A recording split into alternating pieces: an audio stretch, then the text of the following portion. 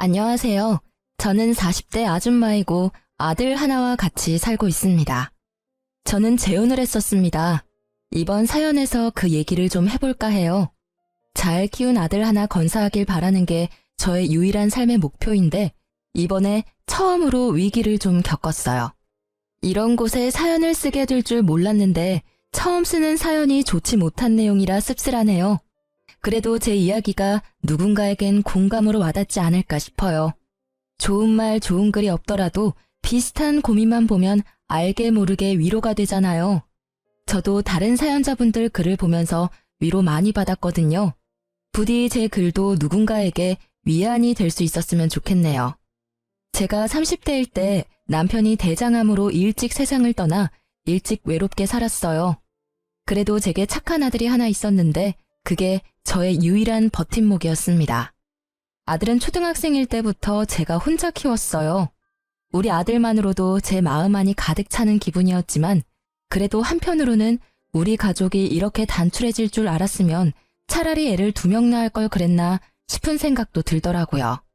저를 위해서라기보단 아들을 위해서 말이죠. 아들에게 저마저 없었다면 어쩔 뻔했나 그런 생각도 많이 들었어요. 제가 죽으면 이 세상에서 혼자가 될 아들에게 미안해서 마음이 아팠던 적 있었거든요. 형제가 있는 게 외동보다 덜 외로울 거잖아요. 하지만 제가 그 사실을 깨달을 수 있었던 건 남편이 세상을 떴기 때문이라서 대비를 하기엔 너무 아무것도 몰랐습니다. 고로 제가 다시 시간을 돌린다고 해도 저는 아들 하나만 낳고 돈 버는 데에 시간을 치중했을 것 같네요. 아무튼 그래서 저는 더 악착같이 살았습니다. 아들이 외롭지 않게 또 부족하지 않게 키우려고 많이 신경 썼어요. 아빠가 되어줄 순 없지만 아빠의 몫까지 해주려고 최대한 노력하며 살았습니다. 그 덕분인지 우리 아들은 정말 평범하고 착실하게 지내주었어요. 저는 아들이 미래에 대단한 사람이 되길 원하지도 않았고 대단하게 많은 돈을 버는 것도 딱히 원하지 않았어요. 그저 무탈하게 잘 커주고 건강하게 지내는 것만으로 성공하는 거라고 생각했죠. 그렇게 살다가 아들이 결혼까지 하고 저만의 가정을 잘 꾸리기만 한다면 그게 저의 최종 목표나 다름없었죠. 그래서 저는 더 미친 듯이 돈을 벌었어요. 돈벌이가 되는 일이면 체면 상관없이 뛰어들어서 적금을 넣었죠. 제가 가진 게 없으니까 우리 아들이 기 안 죽으려면 그 방법밖엔 없더라고요. 아들이 먼 훗날 결혼할 때 기죽어서 장가가면 안 되잖아요. 그거 하나만 바라보고 사니까 돈 버는 게 딱히 힘든 줄도 모르고 살 수 있었어요. 저한테는 돈 일절 안 쓰고 차곡차곡 모으는 게 일도 아니었죠. 가난한 제 형편에 그나마 다행이었던 건 아들이 큰 병을 앓은 적이 없다는 건데요. 아무래도 죽은 남편과 제가 아들을 지키려는 집념이 강했기에 하늘이 그 기도를 들어주신 게 아닌가 싶네요. 그런데 제게 뜻밖의 인연이 찾아왔는데요. 그때가 아들을 초등학교 고학년까지 키운 시기였습니다. 제가 당시 어느 동네 빵집에서 일을 했는데 거기 사장님이 저와 비슷한 또래였어요. 사장님이 제게 먼저 관심을 표현해줘서 저도 모르게 마음이 열렸고 그렇게 재혼을 하게 된 거예요.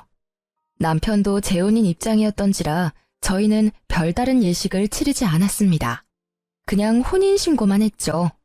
처음엔 남편의 고백이 부담스러웠습니다.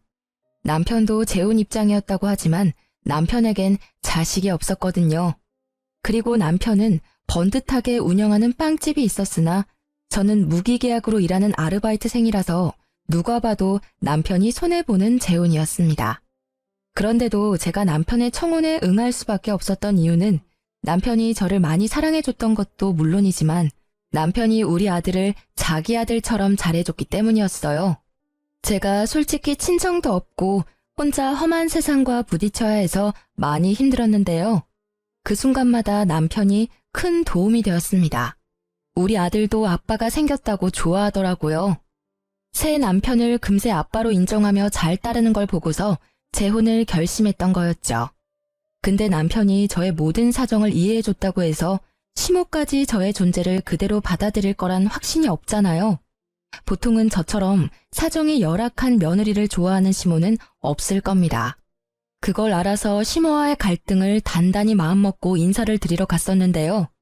처음 인사 갔을 때 솔직히 긴장 많이 했는데 의외로 시모 인상이 굉장히 선한 겁니다. 그래도 겉모습을 보고 사람을 판단하는 건 좀 많이 이르니까 끝까지 긴장을 풀지 않고 시모에게 최대한 예의를 갖추려고 했어요. 그런 저의 마음을 눈치챈 건지 시모가 의외로 정말 고마운 말을 해주더라고요. 나는 우리 아들이 2번 다시 장가 못 가고 혼자 쓸쓸히 살다 갈 줄 알았어.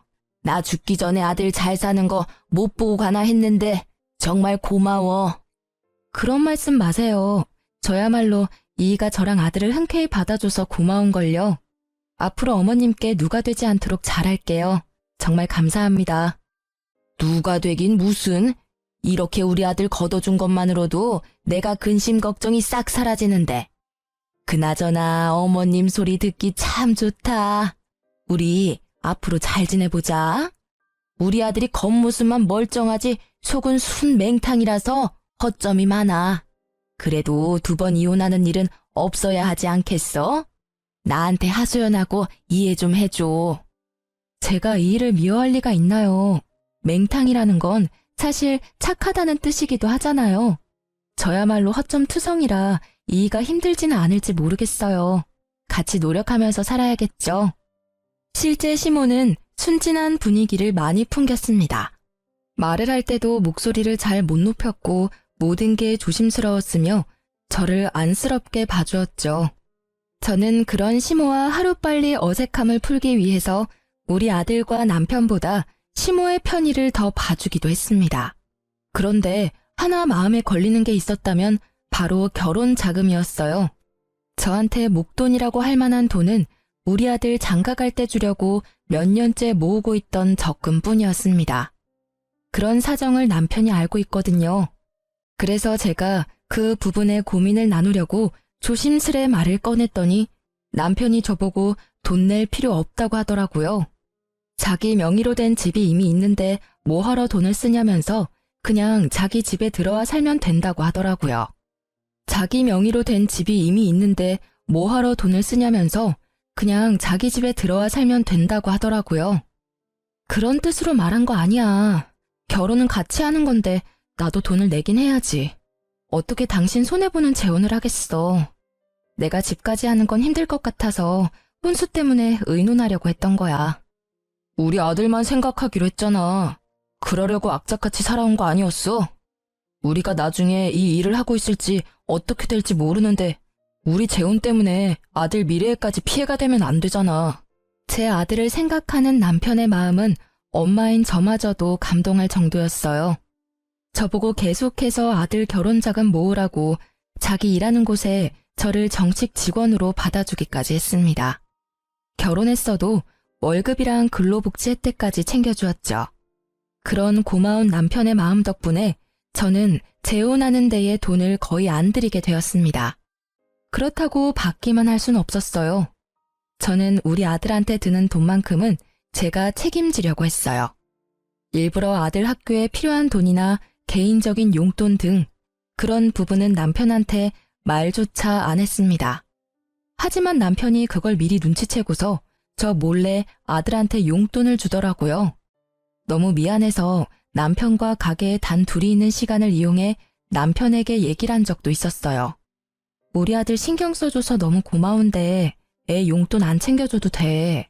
내가 이미 주고 있는데 뭐하러 2번 줘. 애 버릇 들면 어쩌려고. 버릇 들 만한 애가 아니던데 뭘. 그리고 이젠 내 자식이기도 해. 내가 내 자식한테 용돈 주고 싶다는데 왜 그래? 이러면 나 당신이랑 아들 사이에서 소외받는 것 같단 말이야.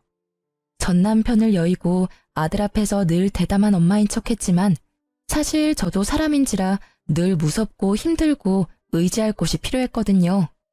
지금 남편을 보면서 하늘이 저를 불쌍하게 여겨 천사를 보내줬다는 생각까지 했었어요. 재혼인데도 이런 남편을 얻었다는 것이 제게는 굉장한 축복이었습니다. 남편만이 제게 잘한 것도 아니었어요. 시모마저도 제게 많은 노력을 보여주셨어요. 시댁에 가면 시모가 제 손에 물 한 방울 안 묻히게 하려고 얼마나 노력해주는지 모릅니다.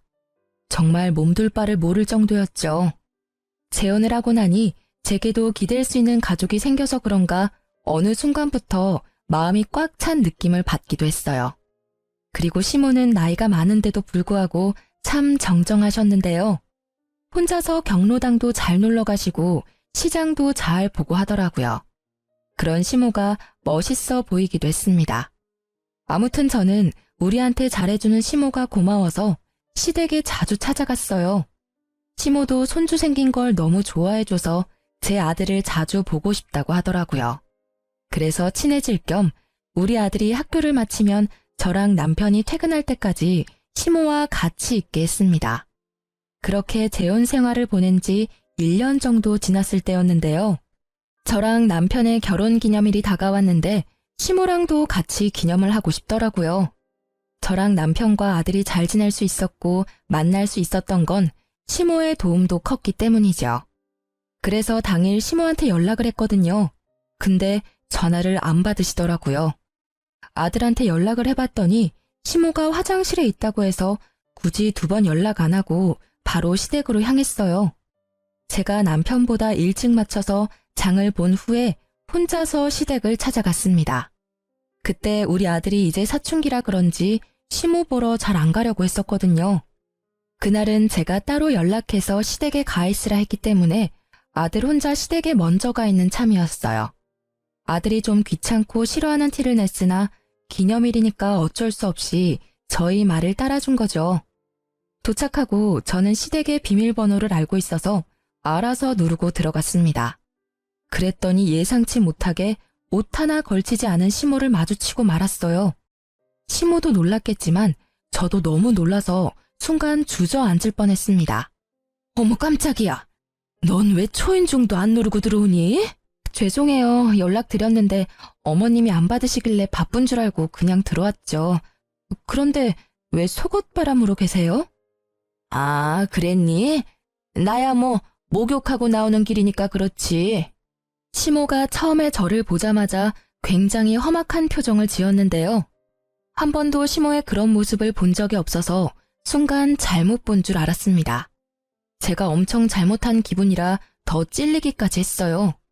근데 제가 더 당황스러웠던 건 우리 아들이 거실에 떡하니 TV를 보고 있는 상황인데도 시모가 아무렇지 않게 자연인 상태로 돌아다니더라고요. 아무리 가족이라고 해도 이런 게 이해될 수 있는 상황인가요? 심지어 시모는 자기 차림새가 그 모양인 걸 부끄러워하지도 않는 것 같았습니다. 저라면 남이 있는 데서 그 상태로 밖에 나오지도 않았을 거예요. 근데 시모는 그대로 계속 서 있더라고요. 심지어 표정까지 온화해지면서 제 손에 들려있는 짐을 들어주려고 다가오는 겁니다. 어쩜 저렇게 천하태평할 수 있는지 모르겠어요. 외부인이 있으면 옷부터 입는 게 먼저 아닌가요? 저도 모르게 제 마음이 더 급해져서 시모한테 살짝 언성을 올리고 말았습니다. 어머님, 이건 제가 알아서 할 테니까 옷부터 입고 오세요. 애도 보고 있는데 뭐 하시는 거예요? 좀 있으면 남편도 올 거라고요. 제 아들 나이가 아직 어리긴 해도 이제 곧 중학교를 올라갈 날을 앞두고 있었어요. 한참 사춘기 들어갈 시기라서 시모의 이런 조심성 없는 부분이 좀 예민하게 느껴졌습니다. 아, 이거? 다 늙은 몸뚱어리인데 뭐 이상할 게 있다고. 조그만 애들은 이상한 거 하나도 몰라. 네 남편도 이렇게 키웠는데 뭘. 옛날에는 이런 게 다 당연했어. 요즘 엄마들이 예민한 거야. 정말로 제가 예민한 건가요? 시모는 뭐가 잘못된 건지 몰라서 능청스럽게만 행동했는데요. 그래도 제가 계속 옷 입을 걸 권유했더니 겨우 방으로 들어가더라고요. 기분이 정말 나빴습니다. 자기 아들 그렇게 키웠다고 제 아들까지 몹쓸 걸 보여줄 필요는 없잖아요. 옷 갈아입고 나온 뒤 장난스럽게 웃으면서 제게 사과를 해왔지만 제 기분은 그래도 나아지지 않았어요. 너무 이상하리만큼 찝찝했습니다. 일단 시모가 처음에 저를 보고 굉장히 험악한 표정을 지었었는 게 머릿속에서 잊히지 않았어요. 너무 착한 시모 같지 않던 모습이라 순간 잘못 본 줄 알았습니다. 아무튼 그 이후로 시모는 아까 본 낯선 모습이 착각이었다는 걸 알려주듯이 평소처럼 상냥하게 행동했어요. 제가 장봐온 걸 먼저 정리하면서 주방을 기웃거렸죠. 시모가 잠깐 정신 팔린 사이 저는 아들한테 다가가 시모에 대한 태도를 직접적으로 물어봤어요. 할머니가 평소에도 이랬냐고 물어보니까 아들이 고개를 끄덕이는데 정말 그때 간 떨어지는 기분을 느꼈습니다. 그러면서 아들이 주방에 있는 시모 눈치 보며 말을 이었는데요. 아들이 할머니 집 가기 싫다고 했던 이유 중 하나가 이거라고 하더라고요. 시모한테 직접적으로 불편하다고 말했는데도 시모는 그 특유의 능청스러운 말솜씨로 아들의 의견을 묵살해온 듯 했습니다.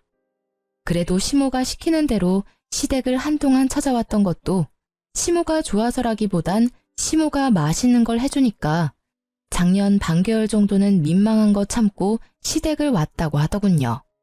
시모가 인스턴트 식품을 엄청 잘 사줬다고 하더라고요. 할머니 집에는 맛있는 거 많아. 한 번도 안 먹어본 간식까지 할머니가 사주던데. 아들이 할머니 냉장고에는 물보다 음료수가 더 많다는 소리까지 하길래 그게 무슨 소리인가 싶어서 주방에 가 냉장고를 확인했습니다. 그런데 정말로 이런 냉장고가 있을 수 있나 싶었어요. 먹을 거라곤 온통 냉동식품 통조림 빵뿐이었습니다. 확실히 물보다는 아이들이 좋아할 만큼 음료수가 더 많았어요. 그리고 이제 보니 아직 정리되지 않은 쓰레기 쪽에 배달 음식 쓰레기가 정말 많더라고요. 냉동식품뿐만 아니라 우리 아들한테 배달까지 시켜주는 것 같았어요. 자식까지 있는 어른의 집이라고 하기엔 정말 경악스러웠습니다. 그 사이 시모는 제가 장 본 것을 뒤적거리더니 고개를 절레절레 저으며 한 소리 했어요. 애가 있는데 겨우 소고기만 사왔어? 애들은 이런 거 잘 안 먹을 텐데. 이러면 애들 성장 속도가 느려진다고. 애들이 밥 숟가락을 안 드는데 어디 키가 크겠어? 대체 저게 무슨 말인지 시모는 애초에 제 대답을 들을 생각으로 묻는 게 아니었습니다. 이미 자기만의 답을 정해놓고 아들한테 직접 물어봤어요. 시모가 우리 아들한테 피자 먹겠냐고 권유를 했는데 그 뉘앙스가 한두 번이 아니라는 게 느껴지더라고요. 그때 아들은 고민하다가 제 눈치를 보더니 고개를 절레절레 저었습니다. 그러니까 시모가 그 사실을 눈치채고 저한테 잔소리를 하는 거예요. 애들은 먹고 싶은 거 먹으면서 커야 돼. 나중에 어른 돼서는 이런저런 이유 때문에 더 못 먹어. 당연히 가끔씩 먹죠. 근데 아무래도 기름지고 몸에 안 좋으니까 너무 자주 먹는 건 좀 그렇잖아요. 말 들어보니까 엊그제도 피자 먹었다고 하던데요. 너 생각보다 팍팍한 타입이구나. 애가 스트레스 받겠네.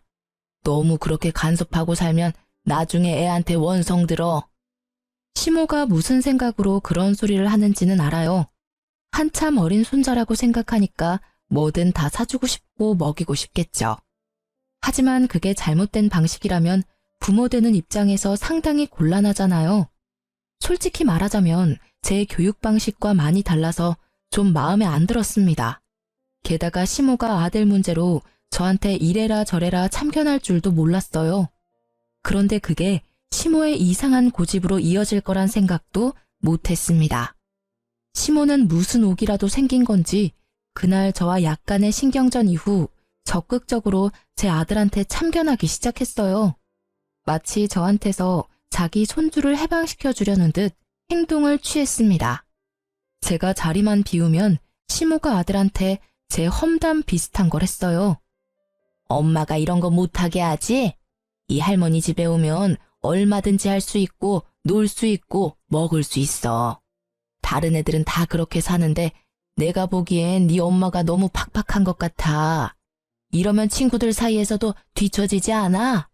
저희 아들이 말을 많이 하는 걸 안 좋아하는데 시모가 계속 아들한테 말을 시키면서 아이한테 나쁜 영향을 끼치더라고요. 그래서 웬만하면 제가 아들에게 굳이 시댁 가보라고 시키지 않았어요. 아들도 오히려 편해하더라고요. 시모가 저한테 전화해서 아들 얘기를 해도 친구랑 놀러가서 집에 없다고 말하며 시모와의 약속을 피하게 만들었어요. 그렇게 지내는 게 불편했지만 그래도 아들이 시모랑 같이 있는 것보단 나았습니다. 그러던 어느 날이었어요. 아들이랑 단둘이 있는 시간에 남편이 택배를 한가득 챙겨오는 겁니다. 엄마가 괜히 외식하는데 돈 쓰지 말고 집에서 해 먹으라네. 아들이 좋아하는 걸로만 골랐대. 엄마도 참 손자 사랑이 넘쳐. 남편이 들고 온 건 전부 다 냉동식품이었습니다. 그걸 보니까 한숨이 나오더라고요. 심지어 남편은 한참 크고 있는 아들의 영양 섭취는 생각도 안 하는 건지 삼시세끼 냉동식품 먹으면 식사 준비도 안 힘들고 좋겠다고 하는 거예요. 저는 시모가 자리에 없는 김에 그제야 남편한테 시모에 대한 불만을 얘기했어요. 해야 할 것 같았습니다. 아무래도 애랑 어머님이랑 거리를 좀 둬야 할 것 같아. 어머님이 생각보다 애 앞에서 너무 조심성이 없더라. 애랑 같이 있는데도 옷을 입지를 않으셨대. 무슨 자연인처럼. 그리고 작년까지만 해도 어머님이 우리 애 매일 봐줬잖아. 그때 매 끼를 인스턴트만 먹였대. 그게 왜? 엄마는 그냥 손주가 이뻐서 표현하는 건데. 원래 할머니들이 그런 거야. 다른 집은 매질하는 할머니도 있다는데 맛있는 거 사주는 할머니면 완전 100점짜리 아니야? 그 마음은 알지. 근데 방식이 잘못됐잖아. 우리 아들 이제 사춘기라서 어머님처럼 조심성 없는 태도로 대하면 점점 예민해질 거라고. 걱정하지 마. 아무 문제 없어. 나도 그렇게 자랐는데 당신 나랑 결혼할 때만 해도 전혀 몰랐잖아. 예민한 건 당신이 더 예민한 것 같은데 요즘 왜 그래? 그래도 남편은 이해를 해줄 거라 믿었는데 제 말을 전혀 못 알아듣는 듯 했습니다. 남편은 말이 안 통하고 시모는 계속 애한테 안 좋은 영향만 주니 결국 저 혼자서 조치를 취해야 했어요. 할 수 없이 저는 아들이 시댁에 절대 가지 못하도록 학원 보내는 걸로 방법을 취했습니다. 정말 다행히도 아들 학원 덕분에 시모랑 아들 만나는 횟수가 대폭 줄어들었어요. 그러자 시모가 불만이 쌓였는지 다른 수를 쓰기 시작했는데요. 이젠 직접 우리 집을 찾아오기 시작한 겁니다. 집에 너무 자주 찾아오는 것 같더니 손주 얼굴 한번 보고 간다는 핑계로 집에 눌어붙어 있는 시간이 늘어갔어요. 그렇게 오래 죽치고 앉아있다 보면 당연히 귀가 시간이 늦어지잖아요. 그럼 자고 가기도 하셨는데 이젠 그 횟수가 많아지더라고요. 그러면서 어느 날엔 제가 불평이라도 할까봐 미리 선수치기도 했습니다. 우리 아들 집인데 내가 좀 들락거린다고 신경 쓰이는 건 아니지? 내가 원래 우리 아들 집에 자주 왔다 갔다 했었거든. 너네 신혼 1년 즐기라고 그동안 참아줬으니까 이제는 같은 가족끼리 안 그래도 되잖아. 물론 저랑 남편이 결혼 자금 아낀다고 결혼식을 안 했고 제가 모은 돈을 아들 위해 쓰라고 혼수조차 안 하긴 했습니다. 제가 남편과 부부이지만 어떻게 보면 남편 집에 얹혀 사는 게 맞아요. 하지만 그렇다고 이미 가정이 생긴 집안에 멋대로 들락날락하는 게 말인가요? 재혼하고부터는 엄연히 저랑 남편의 집이잖아요. 대체 왜 시모가 1년 정도는 봐줬다고 생색을 내는 걸까요? 시모는 집도 따로 있으면서 자기 아들 집까지 자기 집이라 생각하는 것 같았습니다. 시모가 한마디 두마디 할 때마다 얼마나 뻔뻔하게 들렸는지 몰라요. 자기가 뭘 실수하고 있는지도 전혀 모르는 얼굴이었는데 그게 은근히 사람 속을 터지게 했습니다. 여기서 제가 불평하면 저만 이상한 사람이 되는 거였어요. 시모가 상황을 그렇게 만들어 갔으니까요. 무엇보다 시모가 제 아들 일에 참견하는 걸 넘어서 남편에게도 만만치 않게 신경 쓰기 시작했는데요. 점점 시모 위주로 돌아가기 시작하는 집안 분위기를 보면서 우리 가족이 잘못될까봐 그게 제일 무서웠습니다. 일단 남편한테는 자기 아들이니까 이래라 저래라 제 입맛에 맞도록 지시를 많이 했고요. 우리 아들한테는 자기 손주니까 나이 많은 자기가 멋대로 키우려고 이렇게 저렇게 시켰죠. 그걸 남편이 신경 안 쓰고 내버려 둔다는 것도 제 스트레스를 키우는데 한몫했습니다. 솔직히 이건 좀 아니잖아요. 그래서 저는 참다 남편을 따로 불러서 시모가 우리 집에 자주 오는 걸 불편하다고 얘기했습니다. 그러니까 남편이 뭔가 곤란하다는 듯 착잡한 표정으로 되받아쳤는데요. 엄마가 혼자 지내기 외롭다고 합가하지. 내가 그러자고 했어. 얼마 전에 부동산한테 얘기해서 엄마 집 정리 중이야. 뭐? 그걸 왜 나한테 한마디 말도 없이 마음대로 진행해? 당신도 엄마랑 지내는 거 좋아했잖아. 엄마한테 자주 찾아가길래 그럴 바엔 같이 사는 게 낫겠다고 생각했지. 그건 옛날 일이지. 지금은 어머님이 우리 애한테 이상한 영향 끼쳐서 불편하단 말이야. 어머님이랑 우리 애 안 마주치게 하려고 내가 일부러 학원까지 보냈는데 말이 이상하다. 우리 엄마가 무슨 짓을 했다고 그렇게까지 소외시켜. 그리고 여기 내 집이야. 당신도 우리 집에 얹혀 살고 있는 입장인 거 몰라? 내가 내 집 마음대로 사용하겠다는데 왜 불만을 가져? 이게 무슨 청청병력 같은 소리일까요?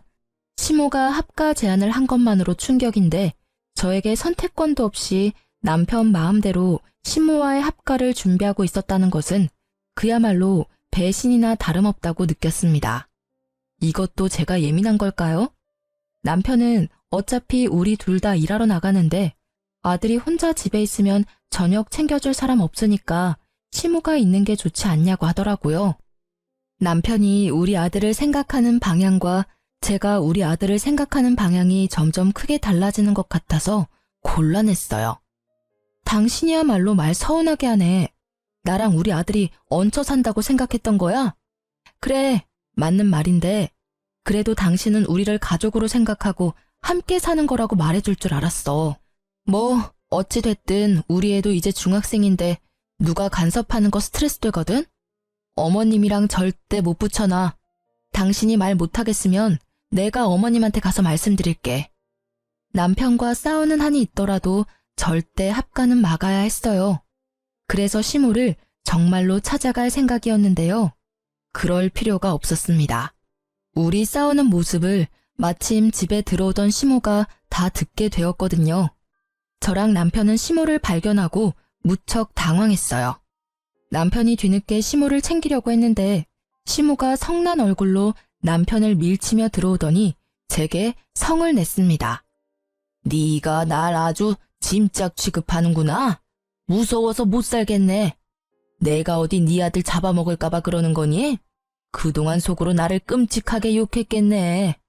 늑다리 할망구가 어줍잖게 가족이라고 설쳐대서 보기 싫었겠다. 그래, 네 소원대로 내가 꺼져줄게. 시모는 그대로 삐쳐서 집을 나가버렸습니다. 남편이 이 모든 게 저 때문이라고 생각이 들었는지 화가 나서 저를 째려보다가 시모를 쫓아나갔어요. 그리고 그날 남편은 시모를 달랜다고 시댁에서 잠을 잤죠. 결국 합가 얘기는 더 꺼내지 못했습니다. 그러는 동안 시댁 정리는 멈추지 않고 계속 진행이 되었어요. 합가를 앞두고 마음이 너무 심란했습니다. 결국 같이 사는 방법밖엔 없는 것 같은데 이게 혹시 저만 스트레스인 건가 싶어서 아들의 의견이라도 묻고 싶었어요. 그날 밤 아들이 잠자리에 들기 전 아들 방에 찾아가 대화를 좀 나눴습니다. 그러다 아들 입을 통해서 알게 된 당황스러운 사실이 있었어요. 이건 제가 전혀 예상하지 못했던 일들이었습니다. 아들이 제게 말을 할까 말까 망설이다가 겨우 해준 얘기였거든요. 사실 할머니가 엄마 모은 돈을 자꾸 탐내는 것 같아. 나 할머니 싫어. 할머니가 계속 엄마 몰래 엄마 적금 통장 비밀번호도 알아오라고 해. 뭐라고? 그게 무슨 소리야? 할머니가 너한테 엄마 통장 얘기를 했었어? 왜? 할머니가 돈 필요하대?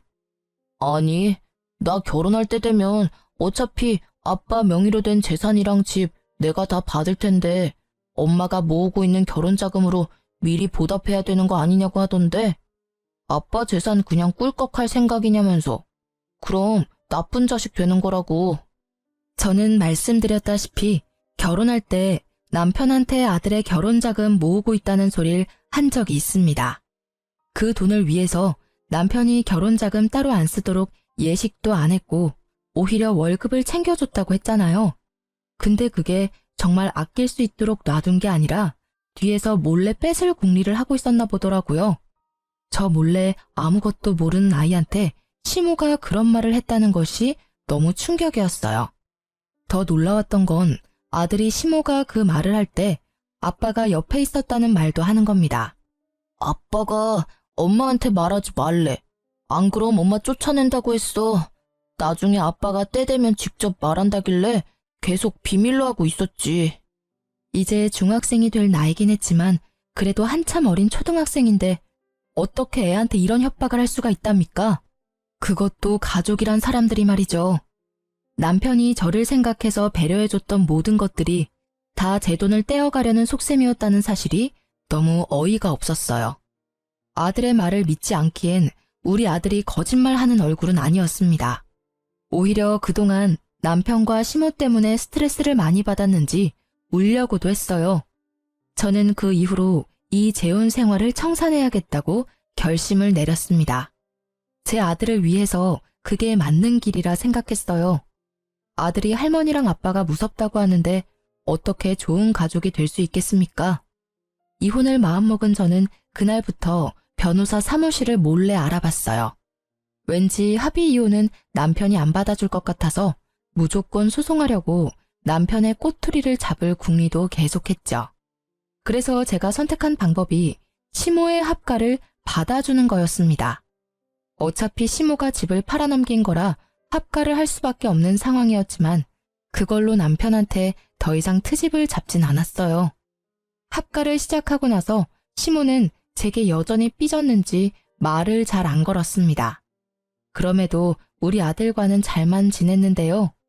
그마저도 제가 모든 걸 다 알고 가까이 지켜보니까 시모랑 남편이 수상쩍게 행동하는 게 다 보이더라고요. 우리 아들 자꾸 몰래 불러내거나 대화하려고 하는 것들까지도 들었습니다. 시모가 알아서 수상하게 움직여주니까 저로서는 좋았어요. 긴 시간을 안 들여도 되었거든요. 저는 최대한 시모랑 남편의 모든 걸 뒤졌습니다. 시모가 없는 사이 시모의 휴대폰까지 뒤졌어요. 우리 아들한테 전화한 내역이 많더라고요. 통화 내역 말고 문자는 철저하게 지운 듯 했습니다. 뭔가 캥기는 게 있었겠죠. 시모랑 아들이 통화를 많이 한 것 보면 아들 폰에도 시모의 기록이 남아있을 것 같더라고요. 그래서 저는 아들 휴대폰에 들어있는 통화 녹음 내용을 확인했어요. 하나씩 들어보니까 제 통장 비밀번호에 관한 대화가 아주 많더라고요. 게다가 남편까지 아들한테 할머니가 시키는 거 했냐고 일일이 확인하고 있었습니다. 그 두 사람은 아들이 제게 말해준 사실보다 훨씬 집요하게 집착하고 있었어요. 저는 어른인데도 그 두 사람 목소리가 무섭게 다가왔는데 우리 아들은 혼자서 얼마나 괴로웠을까. 그걸 생각하니 가슴이 미어지더라고요. 무조건 반성하게 만들어주고 싶었어요. 그래서 저는 그 파일 저한테 다 옮겼습니다. 이참에 남편 휴대폰까지 몰래 뒤져보게 되었는데요. 역시나 아들과 연락한 내용들이 있었어요. 하지만 저는 거기서 아들에 관한 정보 이상으로 뜻밖의 사실을 발견하게 되었습니다. 남편이 불륜을 저지르고 있단 걸 알았어요. 채팅방에 불륜의 증거가 가득하더라고요. 자기보다 20살이나 어린 여자들에게 마치 솔로인 척 30대인 척 하면서 사기치고 연락을 주고받는 내용을 확인했습니다. 심지어 모르는 남의 사진까지 사칭해서 자기 얼굴인 척 사진을 주고받았더군요. 차마 눈 뜨고 보지 못할 사진들을 훑어보면서 화가 치밀어 올랐어요. 고작 이 정도밖에 안 되는 남자한테 푹 빠진 제가 한심하게 느껴졌습니다. 일단 저는 그걸 다 사진으로 찍었어요. 남편이 발뺌 못하도록 채팅방 내용까지 찍었죠. 정말 많은 정황들 때문에 다행히 소송이 가능해졌어요. 그제야 저는 아들과 따로 살 작은 원룸까지 찾기 시작했고 이삿짐을 하나하나 정리하기 시작했습니다. 그리 큰 짐은 안 챙겼고요. 중요한 물건이랑 아들 것만 따로 챙겼어요. 아들한테만 우리의 사정을 설명해 준 뒤에 남편이랑 시모 몰래 야반 도주를 하게 되었습니다. 식탁에 이혼 소송장과 메모지만 놓고 나왔어요. 그 사람들이랑 얼굴 보고 인사하고 싶지 않았거든요. 혹시 제가 실수하는 것일까봐 아들한테 한 번 더 물어봤습니다. 다시 이혼을 해도 되겠냐고 미안하다고 하면서 물었더니 아들이 오랜만에 제게 진심 어린 미소를 보여주더라고요. 그냥 괜찮다는 말만 하는데도 아들 표정은 그 이상으로 밝았어요. 아들에게 정말 미안했지만 그래도 아들이 좋아해주니 안심은 되더군요. 전보다 못한 집이었어도 아들이랑 둘만 있으니까 마음이 그렇게 편할 수가 없었어요. 진작에 이렇게 둘이서 살았어야 하는 건데 저의 괜한 욕심 때문에 아들까지 몹쓸 경험을 하게 만든 것 같아서 후회가 되었네요. 아무튼 그 다음날 난리가 날 걸 당연히 예상했습니다. 아침부터 시모랑 남편한테 불나게 전화가 오더라고요. 아들 학교를 알고 있는 그들로부터 완전 숨을 순 없었기 때문에 전화는 받았어요. 당신 정신 나간 거야? 설마 집 나갔어? 한마디 말도 없이 이게 무슨 무례야. 이혼이라니 뭔 개소리냐고. 결혼이 애들 장난도 아니고 뭐 때문에 이러는지 말을 해야지. 무례가 뭔지 모르는 거야? 너랑 네 엄마가 우리 아들한테 무슨 협박을 했는지 내가 다 알고 있는데 발뺌하겠다고? 너만큼은 안 그럴 줄 알았는데 네가 제일 쓰레기야. 무슨 말도 안 되는 소리를 하고 있어. 네가 괜히 우리 엄마랑 합가하기 싫어서 조작한 거 아니야? 우리가 뭐하러 네 돈을 탐내? 사업장까지 갖고 있는 내가 뭐가 아쉬워서? 그래, 조작인지 아닌지 궁금하면 법정 참석해서 직접 듣고 확인해 보던가. 참, 총각인 척하는 것도 잘 봤어. 아마 네 애인한테도 소장이 갔을 거야. 기본적으로 소장이 갔다는 건 네가 잘못한 게 증명되었다는 소리겠지? 그 소리를 하자 순간적으로 남편이 아무 대답도 못했습니다. 무슨 표정을 하고 있을지 예측이 되어 벌써부터 고소하더군요. 그리고 남편이 당황하니까 제가 더 용기가 생기더라고요. 저를 만만하게 본 남편이 좀 더 시겁했으면 해서 그 순간을 놓치지 않고 말을 이었습니다. 나중에라도 우리 앞에 알짱거리면 네 유일한 밥줄까지 끊어버릴 거야. 소문이란 게 참 무섭잖아? 게다가 거기 동네는 어르신들 많아서 매출 끊기는 걸로 끝나지 않을걸? 돌이나 안 맞으면 다행이지. 저는 마지막까지 우리 아들 건들지 말고 나타나지 말라고 경고하고 끊었습니다. 그랬더니 남편이 겁을 먹었는지 더 이상 전화가 안 왔어요. 그런데 시모가 보통 성격이 아니더라고요. 상황 파악이 안 되는 건지 자기 아들 밥줄 끊기게 하고 싶어서 발악을 하는 겁니다. 시모가 저한테 직접 연락한 게 아니라 우리 아들 학교로 찾아간 거예요. 아들이 연락 와서 할머니가 붙잡고 안놔준다고 하는데 그 소리 듣자마자 심장이 철렁 내려앉았어요. 혹시 우리 아들을 납치라도 해갈까봐 저는 일자리를 구하다 말고 바로 아들 학교로 뛰어갔습니다. 시모가 우리 아들을 붙잡고 잡아 끄는 걸 발견했어요. 그곳으로 바로 쫓아가서 당장 시모를 밀쳤습니다. 그러자 시모가 저를 보고는 마침 잘 됐다면서 바로 저한테 달려들더라고요. 제 머리채를 잡고는 주변 사람들 다 끌어모을 작정으로 소리를 질렀습니다. 감히 우리 아들을 2번이나 이혼남으로 만들어? 네가 내 아들 불륜이라고 협박했다면서? 그걸 알고 가만히 있을 엄마가 어디 있겠니? 나도 네 아들 왕따 당하게 학교에 소문 다 낼 거야. 얘가 바람나서 도망간 년의 아들이라고. 도가 넘는 발언을 하는 시모에 저는 더 이상 듣고만 있을 수 없어서 사람들이 보든 말든 시모의 머리채를 같이 잡았습니다. 시모가 엄살이 심해서 바로 저한테서 손을 떼더라고요. 그 틈을 놓치지 않고 저는 바로 시모의 귀싸대기까지 갈겨줬어요. 내가 그쪽 아들한테 분명 우리 앞에 나타나지 말라고 경고했을 텐데 전달 못 받았나 봐요. 그렇다면 다시 똑똑히 말해줘야겠다. 이제부터 그쪽은 아들 앞길 막는 엄마가 되는 거예요. 엄마 때문에 아들 인생 제대로 쪽나면 아들이 어떻게 나올까 궁금하네요. 이 싹수 없는 것이 감히 어른한테 손찌검을 해? 돈도 없는 거지 주제에 네가 해봤자 뭘 할 수 있다고 난리야? 나라고 가만히 있을 것 같아? 너 사람 잘못 건드렸어. 네, 그럼 어디 해보세요. 어느 누가 더 망가질지 해보면 알겠네요. 저 지금부터 그쪽 아들 인생 제대로 박살내줄 건데 이건 다 그쪽 탓인 거예요? 그대로 아들을 데리고 집으로 돌아온 저는 그날 이후 남편 동네에 직접 찾아가서 빵집 사장이 불륜을 저질러서 이혼 소송 당했다는 사실을 마구마구 퍼뜨렸습니다. 어르신들에게 손수 증거 사진까지 보여주면서 입소문 퍼뜨렸어요. 역시나 말하기 좋아하는 어르신들 덕분에 여기저기 입소문이 터졌습니다. 어르신들은 남편 빵집에 굳이 찾아가서 침을 뱉고 쌍욕하고 손가락질을 했어요. 남편 빵집에서 샀던 빵을 더럽다고 도로 돌려주는 어르신들도 있었습니다. 사실을 모르던 남편은 속수무책 당할 수밖에 없었어요. 빵집 이미지가 제대로 망가져서 남편 가게 매출은 뚝뚝 떨어졌고 남편이 그냥 거리만 지나가도 쓰레기를 쳐맞는 수준이 되었습니다. 남편은 이렇게 일을 만든 것이 저뿐이라고 생각했는지 저한테 전화가 왔더라고요. 이혼해 주겠다잖아. 이건 약속이랑 다르지. 당신 때문에 동네에서 고개를 못 들고 다닌다고. 어떻게 한 입으로 두 말을 할 수가 있어? 내가 너한테 뭔 짓을 했다고. 넌 아무 짓 안 했지. 네 엄마한테 물어봐. 네 엄마가 갈 때까지 가보자는 식으로 나오길래 나도 갈 때까지 가주겠다고 약속했을 뿐이야.